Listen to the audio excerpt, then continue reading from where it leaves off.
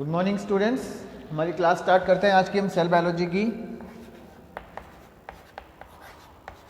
BSc part first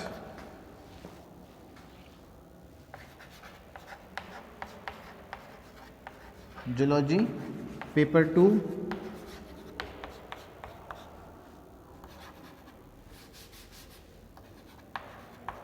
section A और botany में ये नहीं है कंटेंट, तो इसे हमें बॉटनी में नहीं पढ़ना, इसलिए मैं यहाँ पे बॉटनी नहीं लिख रहा। ये केवल सेल बायोलॉजी का कंटेंट है।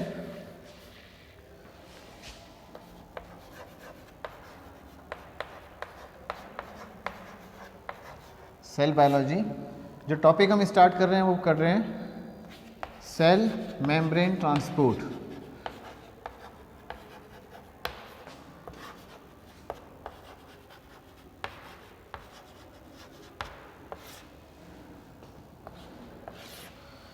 सेल मेम्ब्रेन ट्रांसपोर्ट ये हम स्टार्ट कर रहे हैं। कोशिका कला अभिगमन।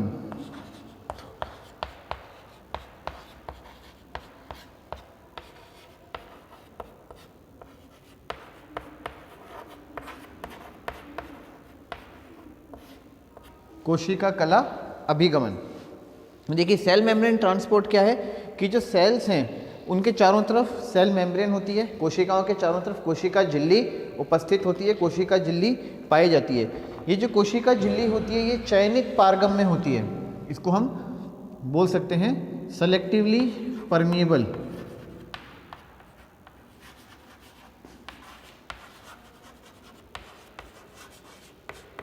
यानी कि यह चयनित पारगम्य होती है। अब सेलेक्टिवली परमिएबल यानी चयनित पारगम्य का क्या मतलब है? ये दो शब्दों से मिलकर बना है। पहला पारगम्य यानी परमिएबल।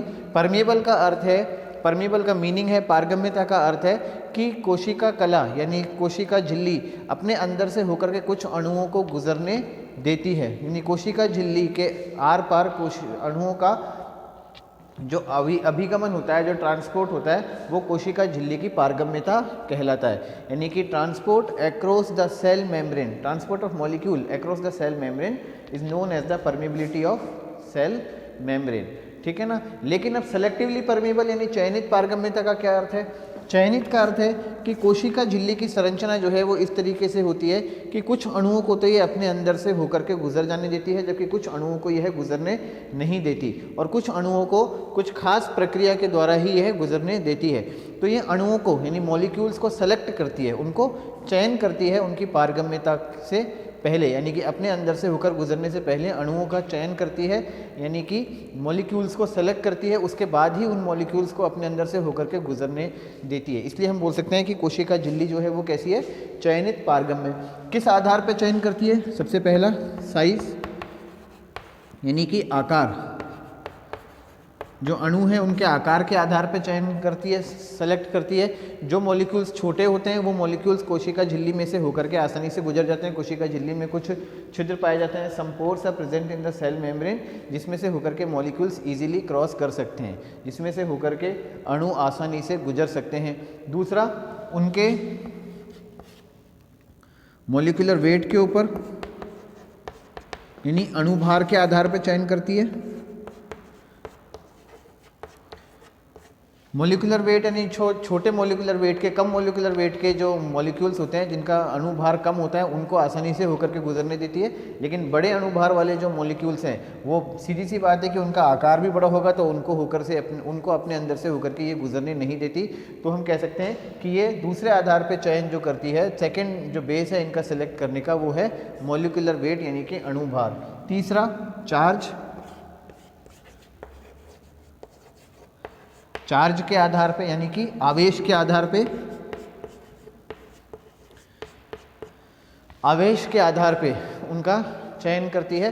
चार्ज मॉलिक्यूल्स को इजीली क्रॉस नहीं करने देती, जबकि कुछ अनचार्ज मॉलिक्यूल्स जो है उनको इजीली ये क्रॉस कर जाने देती है। चौथा जो इसका चयन का जो आधार है वो है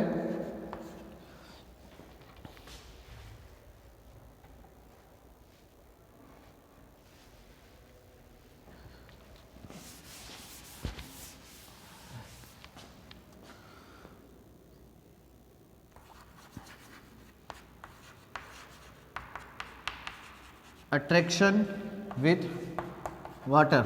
इसको हम अट्रैक्शन विथ वाटर ना लिख के इसको हम सही तरीके से लिख सकते हैं hydrophobicity and hydrophilicity. Hydrophobicity and hydrophilicity यानी कि जल स्नेही और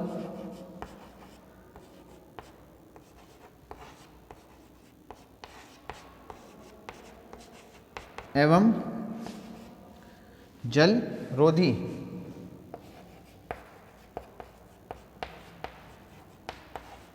प्रकृति जो मॉलिक्यूल्स हैं उनकी जल स्नेही या जल रोधी प्रकृति के ऊपर सेलेक्ट करती है।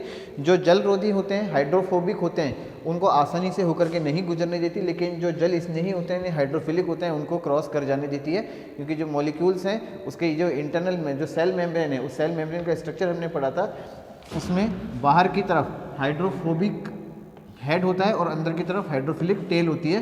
तो जो हाइड्रोफिलिक टेल होती है इसमें से होकर के मॉलिक्यूल्स इजीली क्रॉस कर जाते हैं। और पांचवा है concentration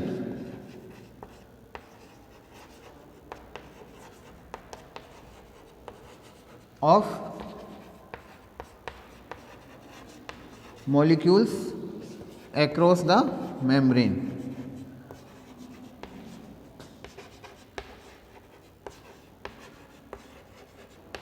concentration of molecules across the membrane यानी कि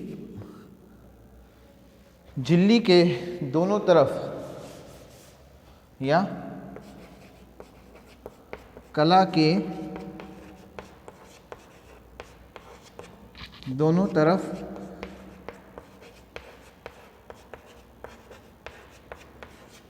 अणुओं की सांद्रता के आधार पर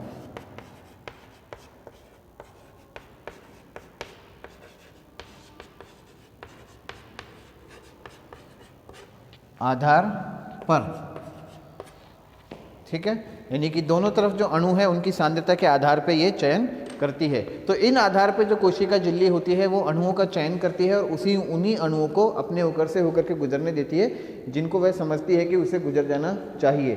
ठीक है ना। इसके अलावा जो अणु या जो मॉलिक्यूल्स सेल मेम्ब्रेन को क्रॉस करते हैं, जो कि अणु कोशिका झिल्ली को पार करके दूसरी तरफ जाते हैं, कोशिका के अंदर से बाहर की तरफ आते हैं या कोशिका के बाहर से अंदर की तरफ जाते हैं, वो जाने की जो प्रक्रिया होती है वो प्रक्रिया भी यानी जो प्रोसेस होता है वो प्रोसेस भी कई तरीके का हो सकता है। हमने पढ़ रखा है कि प्रोसेस या तो सिंपल डिफ्यूज़न हो सकता है, ठीक है ना, यानी कि जो मॉलिक्यूल्स हैं वो केवल और केवल अपनी कंसंट्रेशन के अकॉर्डिंग यानी कि अपनी सांद्रता के आधार पर डिफ्यूज़ हो जाते हैं, दूसरी तरफ चले जाते हैं। या फिर उस प्रोसेस के अंदर एनर्जी यानी कि ऊर्जा यूटिलाइज होती है, ऊर्जा का उपयोग होता है और फिर अणु जो है वो दूसरी तरफ जाते हैं। तो यही सब कहलाता है कि कोशिका झिल्ली जो है वो चयनित पारगम्य है यानी कि सेलेक्टिवली परमिएबल है। तो हम इसमें लिख लेते हैं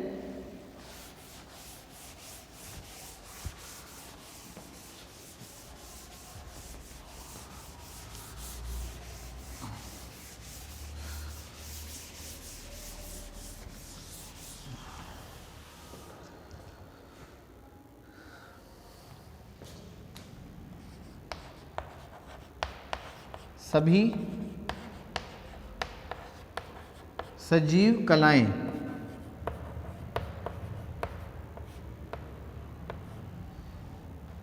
सजीव कलाएं वर्णात्मक पारगम्यता दर्शाती हैं।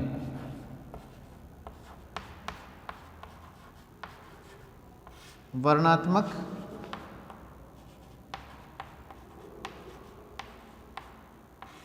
पारगम्यता दर्शाती हैं।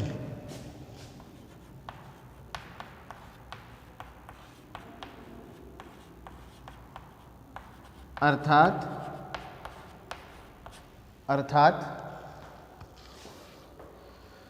कुछ पदार्थों को अन्य की अपेक्षा तीव्रता के साथ गुजरने देती हैं। कुछ पदार्थों को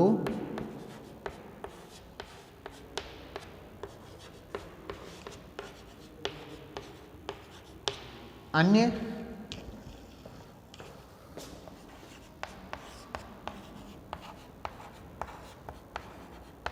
की अपेक्षा तीव्रता के साथ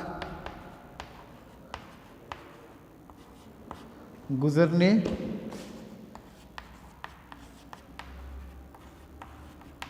देती हैं।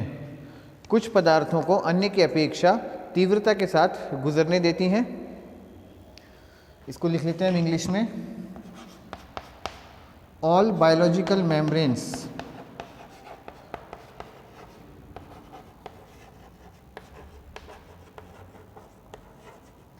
all biological membranes are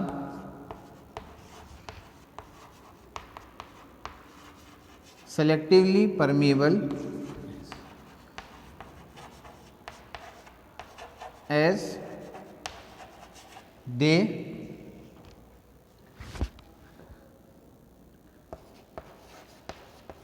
select some molecules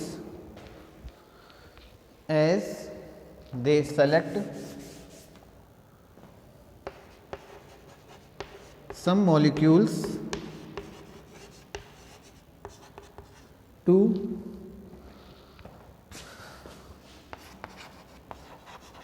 cross them,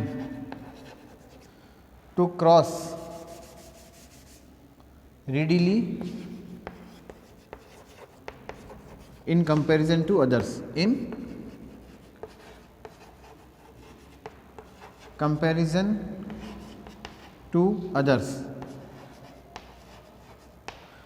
ठीक है। वर्णात्मक पारगम्यता या चयनात्मक पारगम्यता का मतलब एक ही है। वर्णात्मक पारगम्यता को हम ऐसे भी डिफाइन कर सकते हैं कि वर्ण करती है, यानी कि उनको सबसे पहले चुनती है और चुनने के बाद ही उनको अपने अंदर से होकर के गुजरने देती है।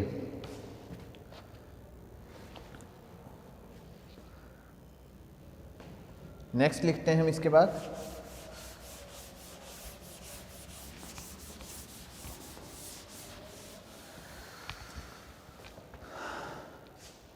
जल, ऑक्सीजन, कार्बन डाइऑक्साइड, जल, ऑक्सीजन, कार्बन डाइऑक्साइड तेजी से कोशिका कला से प्रवेश कर जाते हैं। कार्बन डाइऑक्साइड तेजी से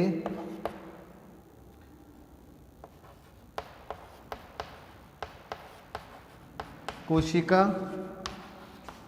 कला से प्रवेश कर जाते हैं, प्रवेश कर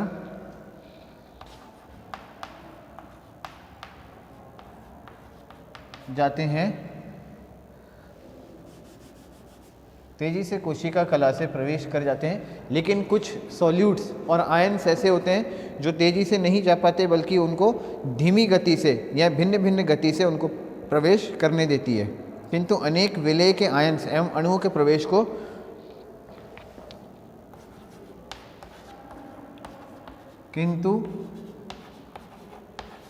अनेक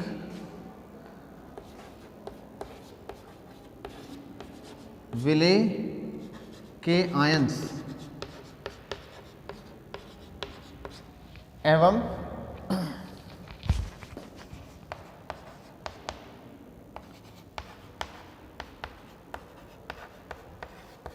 अणुओं के प्रवेश को, विलेय के आयन्स एवं अणुओं के प्रवेश को भिन्न भिन्न गति से होने देती है। यह प्रवेश नहीं लिखेंगे इसमें, अणुओं के अभिगमन को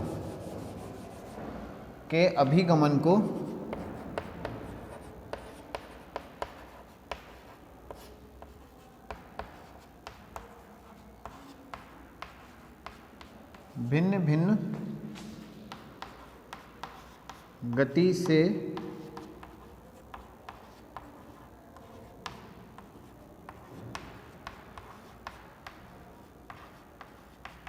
होने देती है, भिन्न भिन्न गति से होने देती है।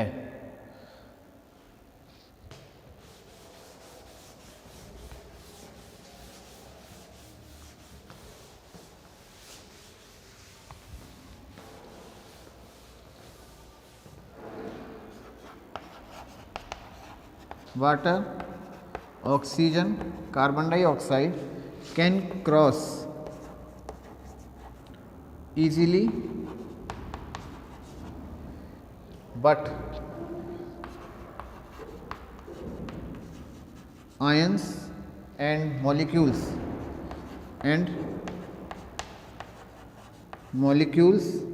of different solutes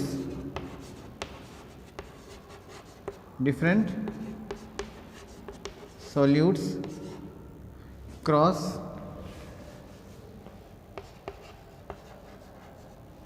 with different rate, cross with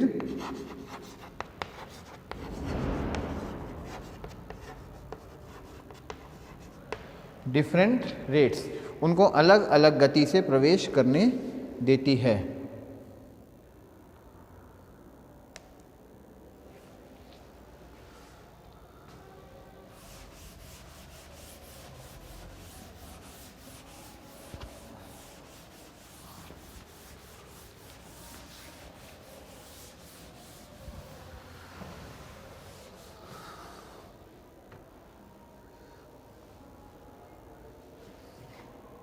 plasma झिल्ली अध्रुवीय पदार्थों की अपेक्षा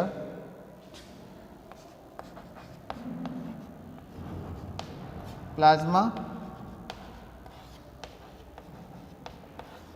झिल्ली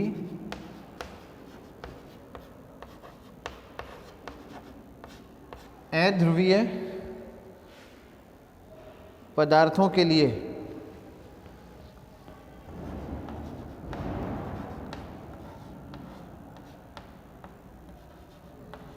अध्रुवीय पदार्थों के लिए ध्रुवीय पदार्थों की अपेक्षा ध्रुवीय पदार्थों की अपेक्षा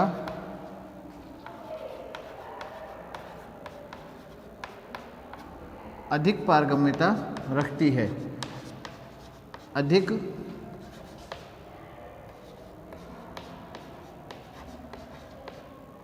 पारगम्यता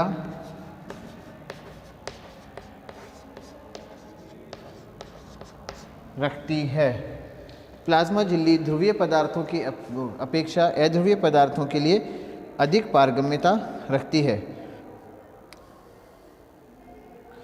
ये तीव्रता के साथ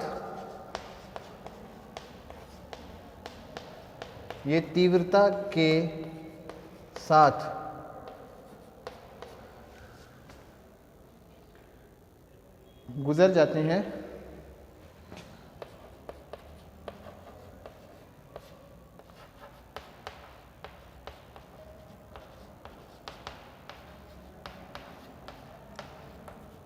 किंतु ये तीव्रता के साथ गुजर जाते हैं किंतु आवेश युक्त पदार्थ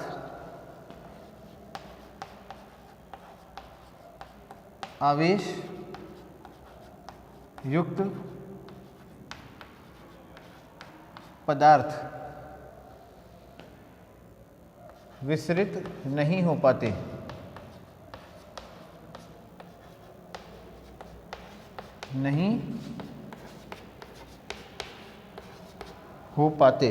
किंतु आवेश युक्त पदार्थ विसरित नहीं हो पाते, चाहे वे सूक्ष्म आमाप के ही क्यों ना हो, चाहे वो छोटे साइज के ही क्यों ना हो। लिखेंगे अपन plasma membrane is more permeable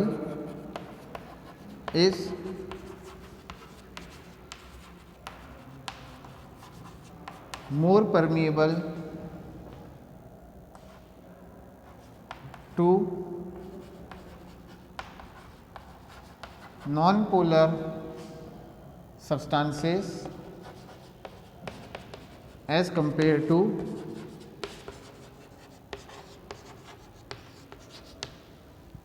ये सब्सटेंसेस मत लिखिएगा, इसे अपन लिखेंगे molecules, non polar molecules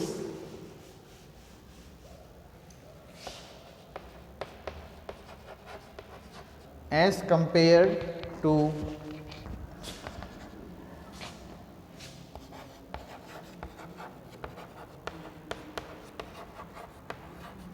polar molecules.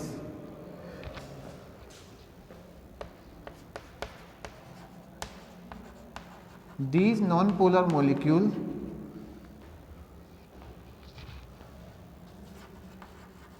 cross the plasma membrane, short में लिख दिया मैंने प्लाज्मा मेम्ब्रेन को PM, cross the plasma membrane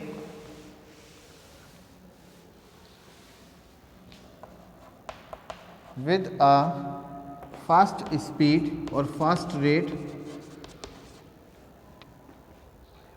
higher rate लिखेंगे, with a higher rate, but polar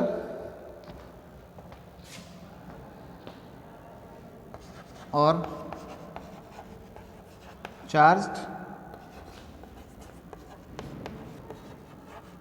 molecules cannot diffuse.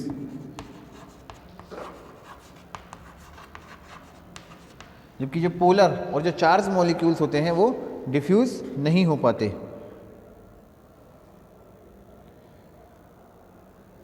ठीक है, ऐसे मॉलिक्यूल्स जो लिपिड में डिसॉल्व हो सकने की कैपेबिलिटी रखते हैं, ऐसे मॉलिक्यूल्स जो कि लिपिड में डिसॉल्व हो सकते हैं, ऐसे अणु जो कि लिपिड की परत के अंदर आसानी से घुल सकते हैं, वो तुरंत प्लाज्मा मेम्ब्रेन के अंदर से होकर के गुजर जाते हैं, कोशिका कला के अंदर से होकर के गुजर जाते हैं। जबकि जो लिपिड के अंदर विलेयता नहीं रखते वो प्लाज्मा मेम्ब्रेन में से होकर के नहीं गुजर सकते, क्योंकि प्लाज्मा मेम्ब्रेन लिपिड की बनी हुई है और जो मॉलिक्यूल लिपिड के अंदर डिसॉल्व हो जाएंगे वो ईजिली प्लाज्मा मेम्ब्रेन को क्रॉस कर जाएंगे।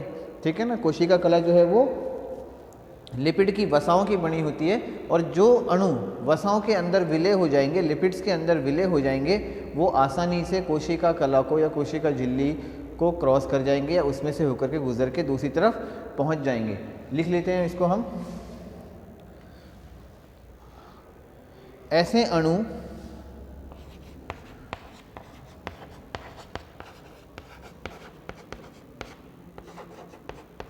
जो वसा लिपिड में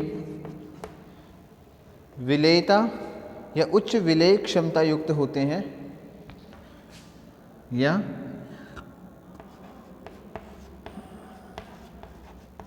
विलेयता रखते हैं, लिपिड में विलेयता रखते हैं, कोशिका कला में उन अणुओं की अपेक्षा तीव्रता से प्रवेश कर जाते हैं या कोशिका कला में तीव्रता से प्रवेश करते हैं, तीव्रता से प्रवेश करते हैं, परंतु जो अणु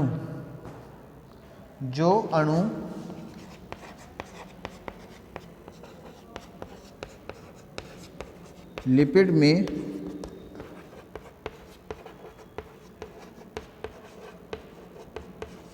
विलय नहीं होते, लिपिड में विलय नहीं होते,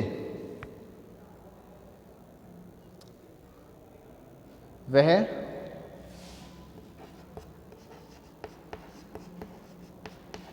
कोशिका कला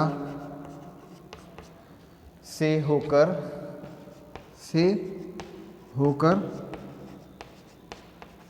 नहीं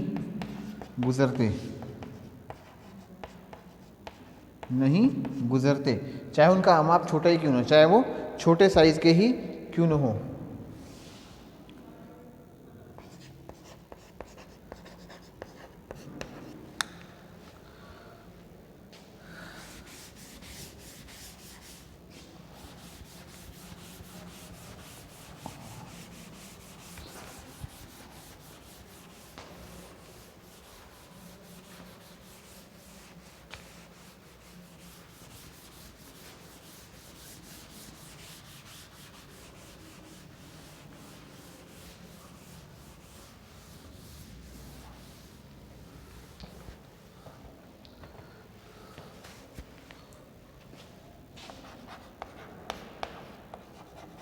molecules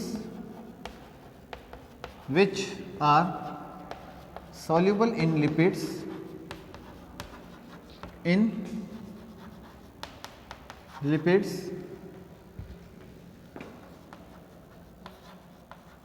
can cross plasma membrane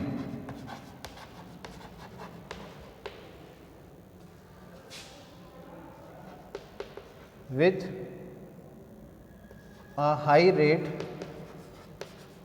या readily लिख लेते हैं, plasma membrane readily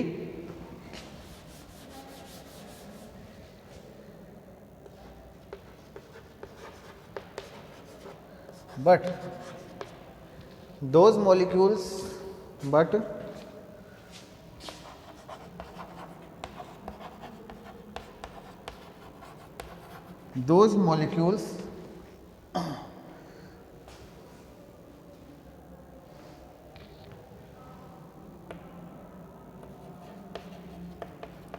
which are insoluble in lipids cannot cross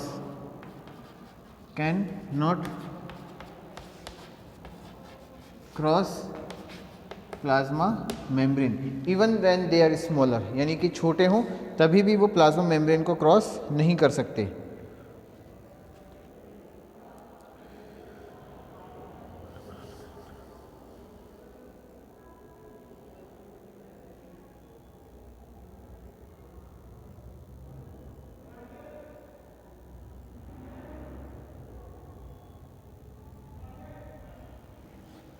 ठीक है, तो ये होगी बात हमारी प्लाज्मा मेम्ब्रेन कैसे परमिट करती है मॉलिक्यूल्स को। अब देखिए जो प्लाज्मा मेम्ब्रेन है, यह प्लाज्मा मेम्ब्रेन क्या है, ये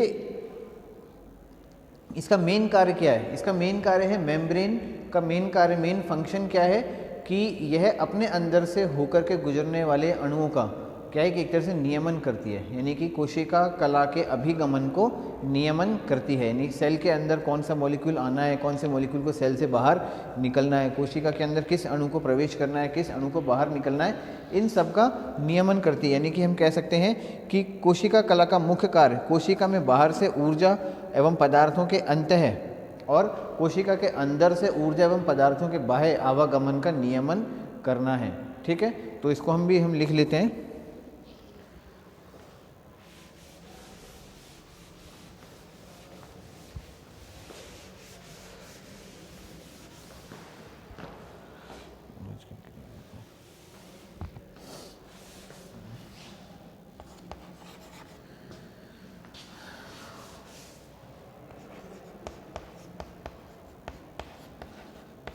कोशिका कला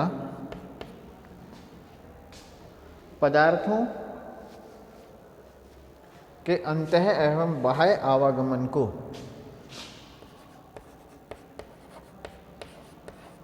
पदार्थों के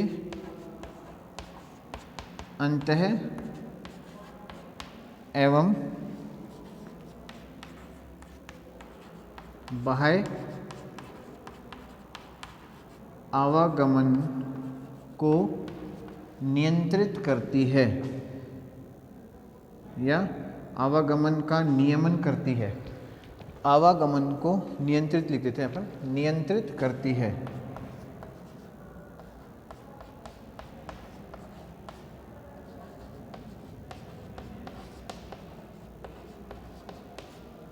नियंत्रित करती है। सेल मेम्ब्रेन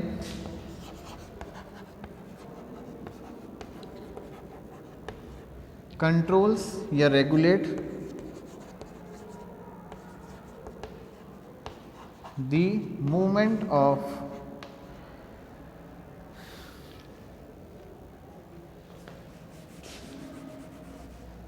ट्रांसपोर्ट ऑफ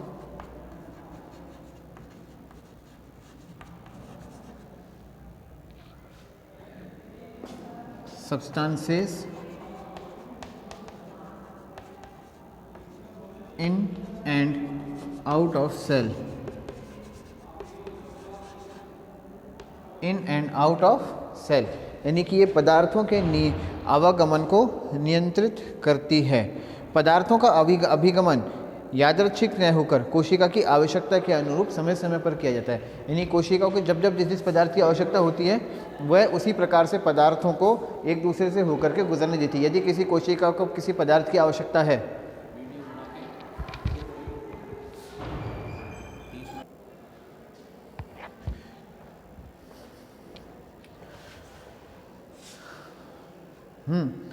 तो ये जो पदार्थों का जो आवागमन है, अभिगमन है, ये कोशिका की आवश्यकता के अनुरूप होता है, यानी कि जिस पदार्थ को कोशिका की आवश्यकता है वह पदार्थ कोशिका की जो कला है यानी सेल मेम्ब्रेन है उसके अंदर से क्रॉस करता हुआ सेल के अंदर आ जाता है।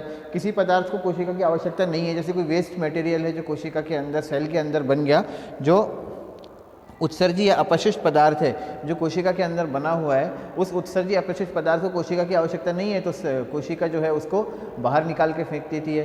यानी कि सेल के अंदर कोई वेस्ट मटेरियल अगर एक्यूमुलेट हो गया, इकट्ठा हो गया है तो सेल उसको बाहर निकाल देती है, ठीक है ना। इसके अलावा बाहर से कुछ आयंस की या मॉलिक्यूल्स को या मॉलिक्यूल्स की कोशिका को ज़रूरत पड़ती है तो वो उनको अपने अंदर से होकर के गुजरने देती है और सेल के अंदर वो आ जाते हैं। तो हम कह सकते हैं कि कोशिका कला के द्वारा जो अभिगमन होता है, यानी कि सेल मेम्ब्रेन के थ्रू जो ट्रांसपोर्ट होता है वो डिपेंड करता है, वह इसके ऊपर निर्भर करता है कि कोशिका को किन पदार्थों की आवश्यकता है और किन पदार्थों की आवश्यकता नहीं है। यानी कोशिका अपनी आवश्यकता के अनुरूप ही सेल मेम्ब्रेन के या कोशिका झिल्ली के दोनों तरफ पदार्थों के आवागमन को नियमित करती है, ठीक है ना।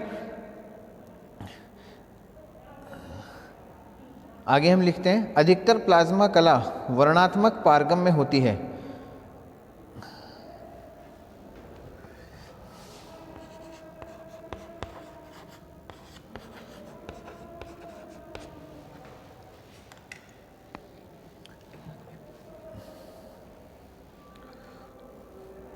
अधिकतर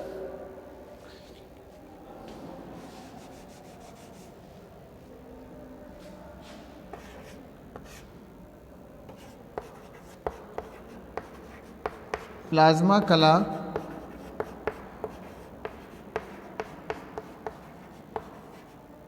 वर्णात्मक पारगम्य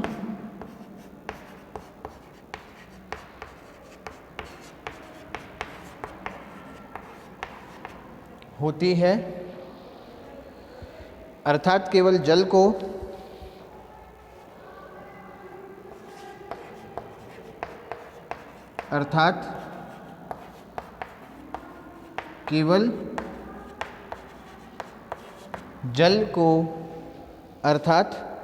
केवल जल को प्रवेश करने देती है,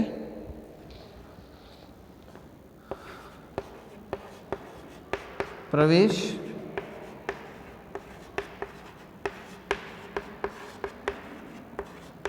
करने देती है,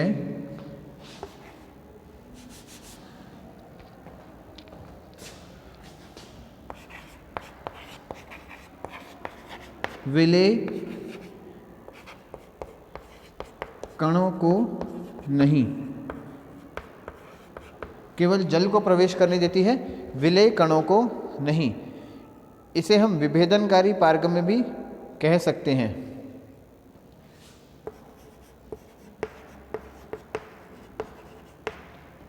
इसे हम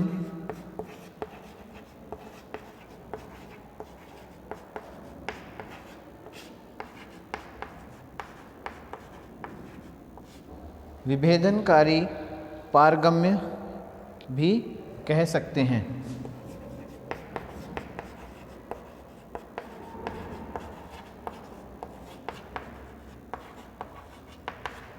इसे हम विभेदनकारी पारगम्य भी कह सकते हैं क्योंकि यह जल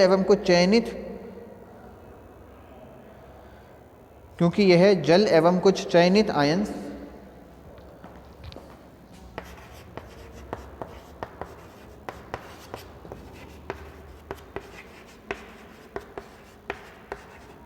एवं कुछ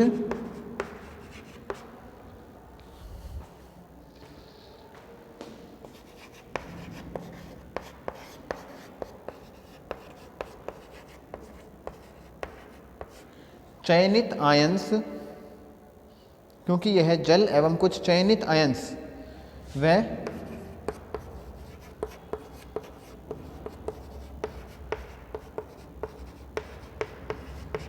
छोटे अणुओं को अधिक आसानी से प्रवेश करने देती है।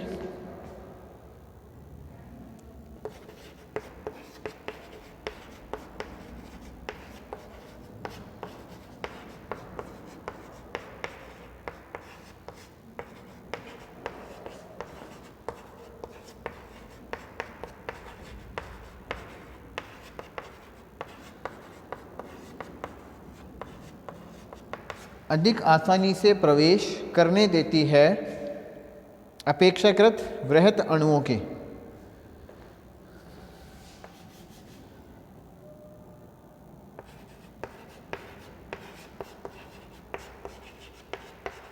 अपेक्षाकृत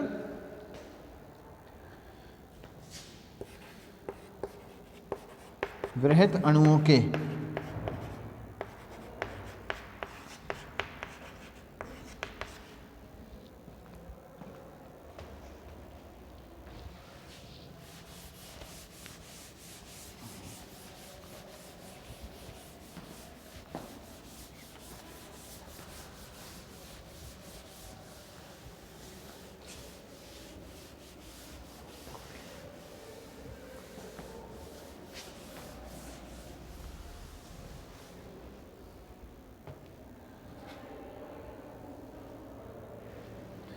Mostly plasma membrane are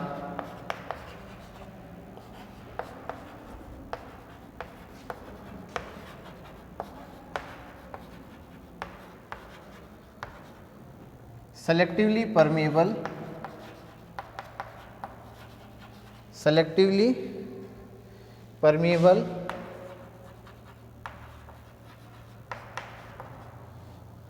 as it allows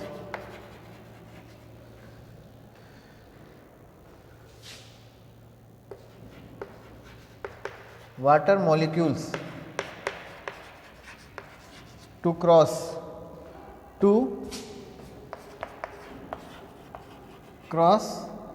but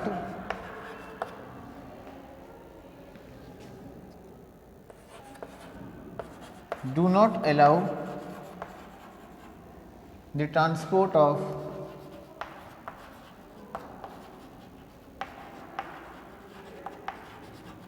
solute molecules. So we can also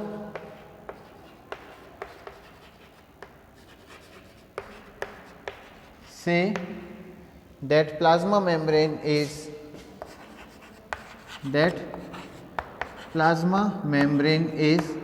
differentially permeable। Differentially permeable का मतलब है कि उसने पानी को तो गुजरने दिया, यानी कि विलायक के अणु को तो गुजरने दिया, ठीक है, यानी सॉल्वेंट के मॉलिक्यूल्स को तो गुजरने दिया, लेकिन उसने विलेय के अणुओं को नहीं गुजरने दिया, सॉल्यूट मॉलिक्यूल को क्रॉस नहीं होने दिया। Differentially permeable.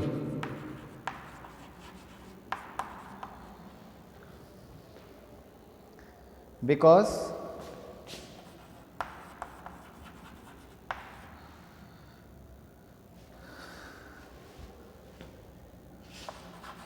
it allows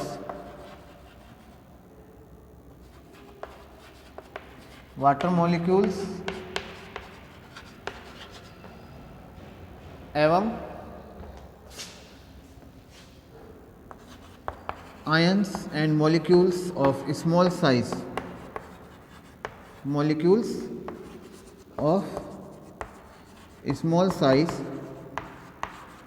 to cross itself readily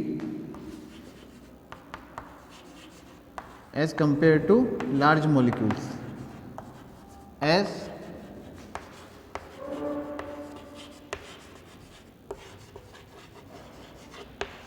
compared to large molecules. So we can say that plasma membrane is differentially permeable, कि plasma membrane जो है वो विभेदनकारी पारगम्य भी होती है। तो आज की क्लास को हम स्टूडेंट्स यहीं पे कंक्लूड कर रहे हैं। Thank you. कल इसके आगे कंटिन्यू करेंगे।